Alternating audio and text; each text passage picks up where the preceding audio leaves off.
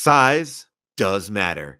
And especially in this case, as it overshadows a good script, good CGI, good action sequences, and really good characters. We saw Godzilla, so you know what that means.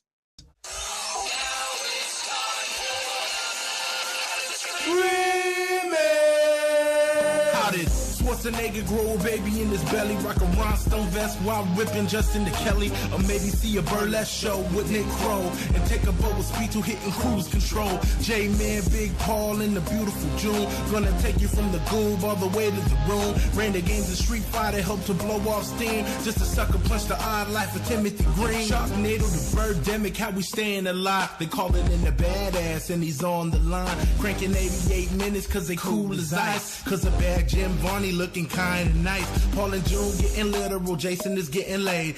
June is making sure all the monkey shots getting paid. They judge a bunch of movies while they're making the grade. Here's a real question for you, how did this get made? That's a good look, Haru. What's that smell? Hey everybody, welcome to Matinee Monday. I'm your host, Paul Scheer, and this is a chance for us to look back in the How Did This Get Made vault, pull out some old episodes, show you a clip or two, and talk about these classic episodes, which are now up for you to enjoy for free on wherever you stream your podcasts, honestly. This is an episode back from 2012, an old episode. Roland Emmerich directs Matthew Broderick, Jean Reno, in a movie about a big old fish creature monster. That's right, Godzilla's back. This shot down the block from my house. The mayor's name was Roger Ebert. They really took a swipe at Roger, but you know what? Anything Roger had to say about this movie, he was dead on about. This movie, well, we kind of talk about my favorite scene in this movie. And in the role that music plays in it. I don't want to set it up even more than that. I'm just going to say this is a really fun episode, a classically bad film. Take a listen to this clip from Godzilla. Not the new one, which rules. We haven't even set up really like the nonsense of it. Yes. You know what I mean? Or Jean Reno, or like they're like the fact that like there's a surreptitious French organization behind the scenes of almost the whole movie makes no sense. Yeah, can someone explain that to me? I never got to the bottom of that. Basically what happens is you don't know how Godzilla is created, really. You just see like this opening title sequence where there's a lizard and there's some nuclear testing. Then all of a sudden, all the lizards, it's like 24 lizards watching a nuclear explosion happen. They got good front row seats for it. And then one of them happened to, I guess, become Godzilla. It attacks a Japanese fishing boat. And then Japanese fishing boat where the captain is just watching sumo and eating noodles. Yes. Like every insane. It's like in Speed 2 where the people were on the boat watching boat disaster movies. It's like, oh, we need to just bring it. So Godzilla attacks.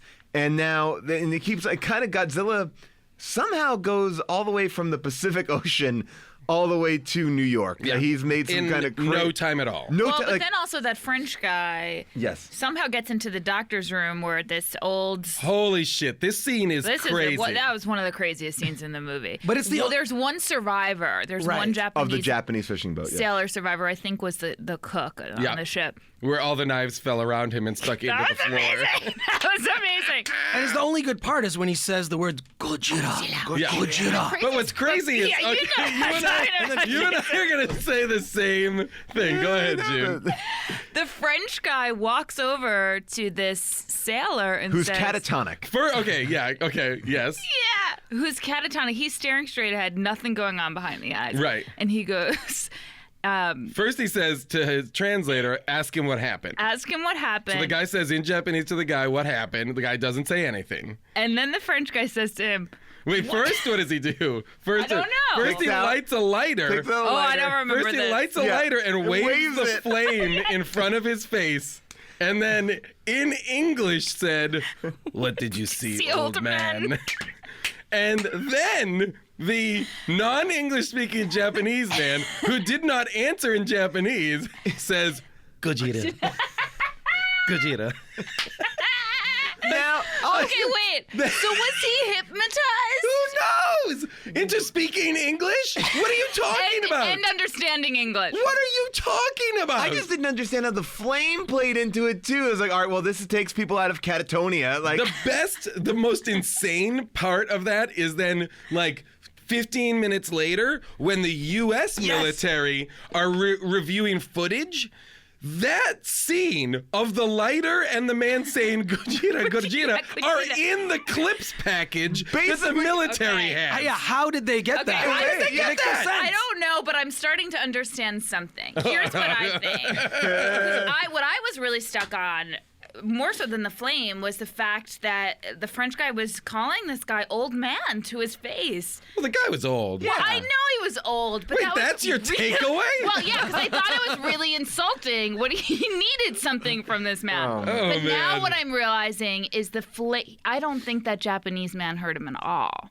I think whatever he did with the flame made him just say Godzilla, Godzilla, and that he actually didn't even hear and didn't understand what he was saying. I think you're wrong. And that the Frenchman knew that he wasn't going to understand. I have a bigger issue with the fact that the military got footage from this movie to then put it in. Because that's all they did. They just replayed the scene from the movie. It was shot. It wasn't like a security camera. Yeah. It was just like a scene from the movie. And it basically that posits the idea that the American military has access to Jean Reno's French Secret Service footage. I'm assuming because it's a close-up shot.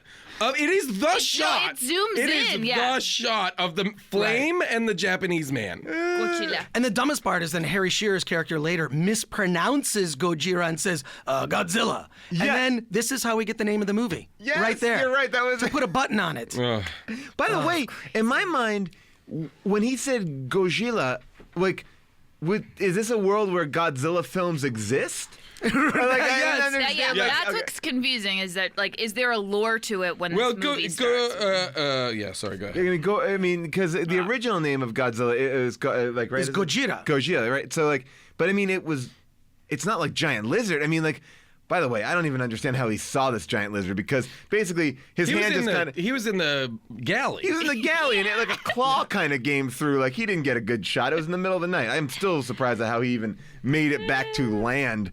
They in the first 20 to 40 minutes of this movie, every 15 seconds jump to a different part of the world. Yeah, it keeps on moving. Like and it would be like Pipette, Tahiti. It would be like Ukraine, Chernobyl, Ukraine, and then New York City, the city that never sleeps. My favorite. It doesn't title. say New York. It just like the Chiron says the city that never sleeps. And by the way, it does take 24 solid minutes before it gets to New York City, before the actual movie kind of begins.